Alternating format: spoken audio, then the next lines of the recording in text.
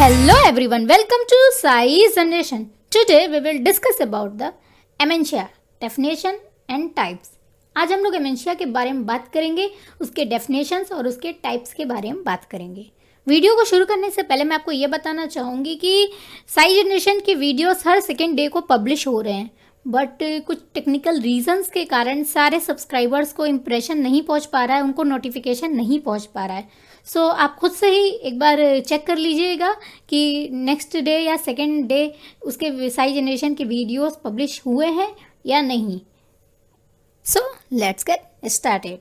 एमेंशिया एक जाना माना शब्द है जिसका वास्तविक मीनिंग लॉस ऑफ मेमोरी या मेमोरी लॉस होता है. बेसिकली आप दो तरह के एमेंशिया जानते होंगे. First is anterograde amnesia and second is retrograde amnesia. But there are many different types of dementia and here we will discuss some famous types of dementia.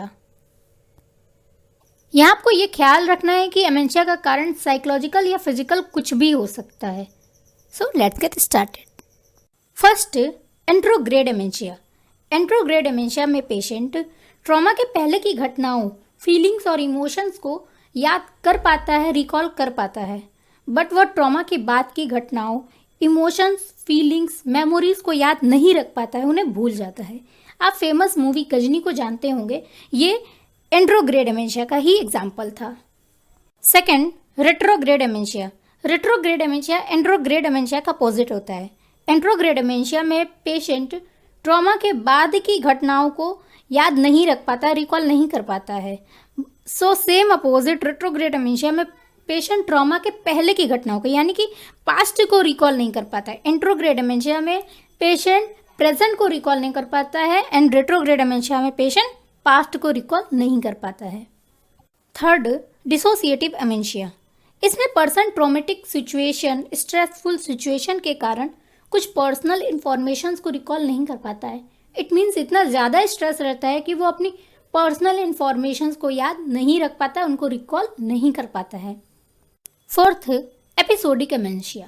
Episodic amnesia नाम से ही clear है, कुछ खास episodes, कुछ खास घटनाएं. Episodic एमेंशिया में person कुछ खास एपिसोड्स को, कुछ खास घटनाओं को रिकॉल नहीं कर पाता है. ये एपिसोड्स उसके बर्थ से रिलेटेड हो सकते हैं, उसकी मैरिज से रिलेटेड हो सकते हैं, उसकी कॉलेज लाइफ, उसकी लव लाइफ, किसी से भी रिलेटेड हो सकते हैं. सो एपिसोडिक एमेंशिया में पेशेंट अपने लाइफ के कुछ खास एपिसोड्स को, कुछ खास इवेंट्स को रिकॉल नहीं कर पाता है. Fifth, global amnesia. Global amnesia की खासियत ये होती है कि इसमें रेट्रोग्रेड एमेंशिया एंड एंट्रोग्रेड एमेंशिया दोनों पाया जाता है, इसलिए ही इसे ग्लोबल एमेंशिया कहा जाता है. Sixth, functional amnesia. Functional amnesia एक साइकोलॉजिकल एमेंशिया है जो किसी खास न्यूरोलॉजिकल डैमेज या फिर क्षति के कारण होता है.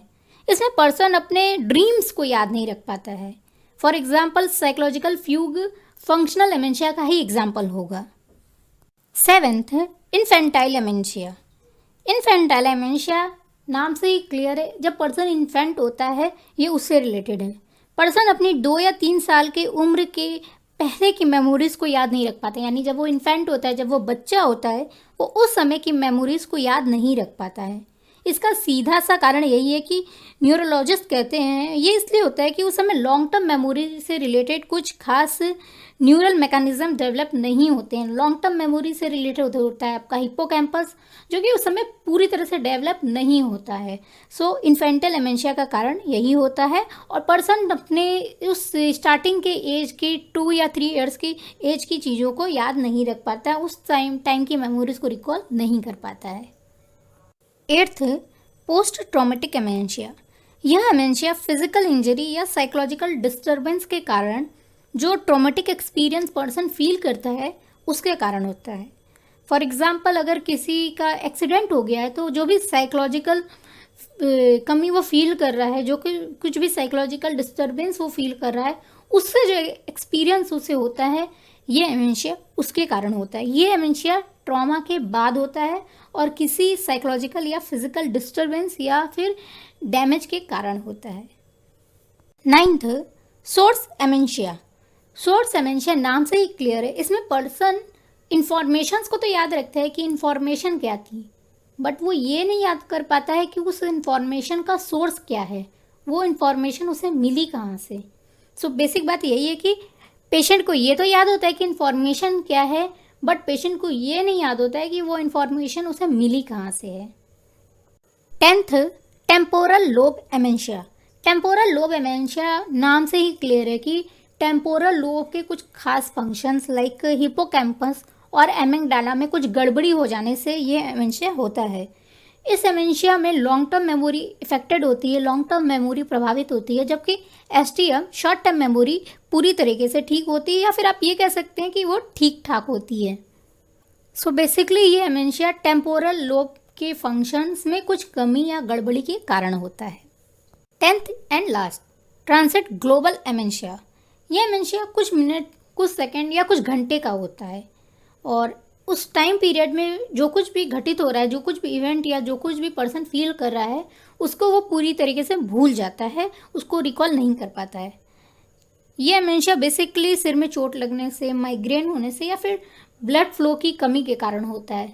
इट मीन्स सडनली कुछ हुआ, या आप ये कह सकते हैं सडनली पर्सन कहीं से गिर गया, उसके सिर में चोट लगी, तो उस टाइम पीरियड में उसके साथ जो कुछ भी होता है वो उसे भूल जाता है। आपने अक्सर देखा होगा या सुना होगा कि ऐसे पर्सन से जब पूछा जाता है कि क्या हुआ था उस समय, तो वो याद नहीं कर पाता है, वो बता नहीं पाता कि बेसिकली हुआ क्या था। अगर आपको एपिलेप्सी के पेशेंट पता होंगे तो वो जब गिर जाते हैं, जब उनको जर्क आता है, वो गिर जाते हैं, तो जब उनसे पूछा जाता है कि हुआ क्या था, तो वो रिप्लाई नहीं कर पाते हैं, वो उस सिचुएशन को, उस घटना को, उस इवेंट को रिकॉल नहीं कर पाते हैं। सो ये ट्रांसिट ग्लोबल एमेंशिया का ही एग्जाम्पल होगा। एमेंशिया के एग्जाम्पल हमें अपने डेली लाइफ में बहुत ईजिली मिल जाते हैं। अगर आप मूवीज़ देखते हैं तो आपको पता होगा कि अक्सर मूवीज़ में एमेंशिया से रिलेटेड कुछ ना कुछ ऐसे पार्ट्स होते हैं, कुछ ना कुछ ऐसे रोल्स होते हैं। फॉर एग्जांपल, जैसे मैंने स्टार्टिंग में बताया कि गजनी मूवी एंट्रोग्रेड एमेंशिया का एग्जाम्पल होगा। इसी तरीके से आप कभी मूवीज़ अगर देखते हैं तो आपने देखा होगा कि पर्सन कहता है मैं कहाँ से आया हूँ, मैं कौन हूँ, मेरा नाम क्या है। वैसे तो ये फ्यूज का एग्जाम्पल है, बट आपने देखा होगा कि पर्सन अपने पास्ट को रिकॉल नहीं कर पाता है। सो ये कुछ जनरल एग्जाम्पल्स थे एमेंशिया के, और आप अगर देखेंगे तो आपको इस तरह के एग्जाम्पल्स अपनी डेली लाइफ में, मूवीज़ में, स्टोरीज़ में ईजिली देखने को मिल जाएगा। सो आप इसको, इन सारी चीज़ों को आराम से ईजिली कोरिलेट कर सकते हैं, और ये आपको याद करने में बहुत ईजी होगा। नेट में एमेंशिया से रिलेटेड क्वेश्चन पूछे जाते हैं, बेसिकली एंट्रोग्रेड एमेंशिया और रेट्रोग्रेड एमेंशिया से ही पूछे जाते हैं। रेट्रोग्रेड मेमोरी एंट्रोग्रेड मेमोरी से ही रिलेटेड पूछे जाते हैं। सो ये बहुत एग्जांपल है। एंट्रोग्रेड में पर्सन बात की चीज़ों को भूल जाता है, मतलब इवेंट, घटना के बाद की चीज़ों को भूल जाता है, प्रेजेंट की चीज़ों को भूल जाता है। सिंपल आप गजनी याद रखिएगा। और रेट्रोग्रेड में पर्सन पास्ट को भूल जाता है, मीन्स ट्रॉमा हुआ, उसके पास्ट का क्या भी था वो उसको भूल जाता है। तो ये बहुत इजी है समझने के लिए भी और याद रखने के लिए भी। सो आई होप आपको आज का एपिसोड पसंद आया होगा। किसी भी क्वारीज के लिए हमें मेल करिए, कमेंट सेक्शन पे जाके कमेंट करिए, चैनल को लाइक करिए, चैनल को सब्सक्राइब करिए और शेयर करिए। टिल देन खुश रहिए, स्वस्थ रहिए और मस्त रहिए।